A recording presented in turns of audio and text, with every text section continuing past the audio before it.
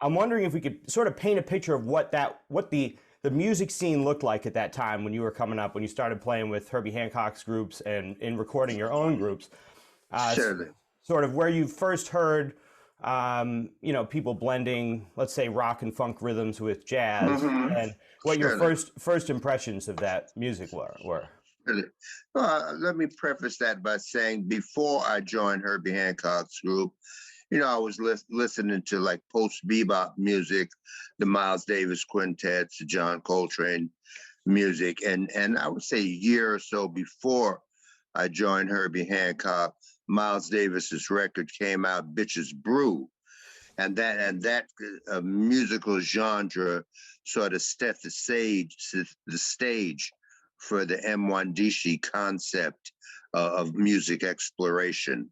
Hmm. And so, after listening to that music, that kind of attuned my musical ears to that kind of open-ended, you know, uh, uh, open skies type of improvisation, as opposed to just being locked down by reading chord changes, as so to speak. Sure.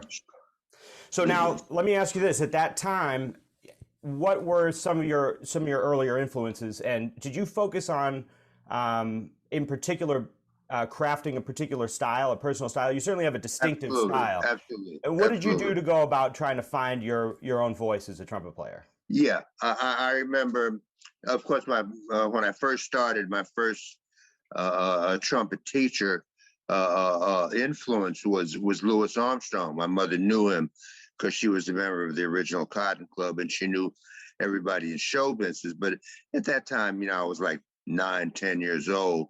It really didn't have any emotional or psychological impact upon me at that particular time. I was just too, young. Hmm. And but then to answer your question, in the middle of, I'd say in my junior year of high school, I met Miles Davis, who stayed at my parents' house for 1 week, and he took me to hear his group play. And at that time, in his group was John Coltrane, Cannonball Adderley, Wynton Kelly, Paul Chambers, and Philly Joe Jones.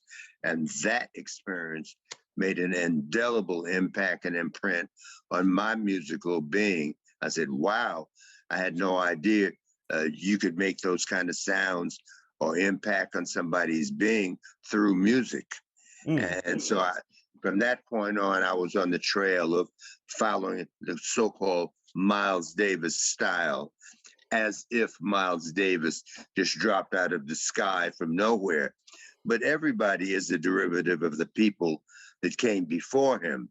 Miles Davis's hero was a gentleman named Freddie Webster, style, sound and conception and everything. John Coltrane was a derivative of Dexter Gordon, his predecessor.